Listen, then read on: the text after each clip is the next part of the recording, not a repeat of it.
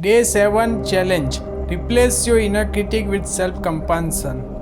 Yesterday, we explored the inner critic and its impacts on mindful communication. Today, we learn to counter it with a powerful tool, self compassion. We all make mistakes, and sometimes our inner critic can be especially harsh during conversation. But here's the things, self compassion allows us to be kind to ourselves even when things don't go perfectly. The challenge today is to replace that negative inner critic voice with a voice of self compassion. When that self doubt creeps in, take a moment to acknowledge it. Then offer yourself some encouragement. You could say, "It's okay, everyone makes mistakes," or "I am learning and growing."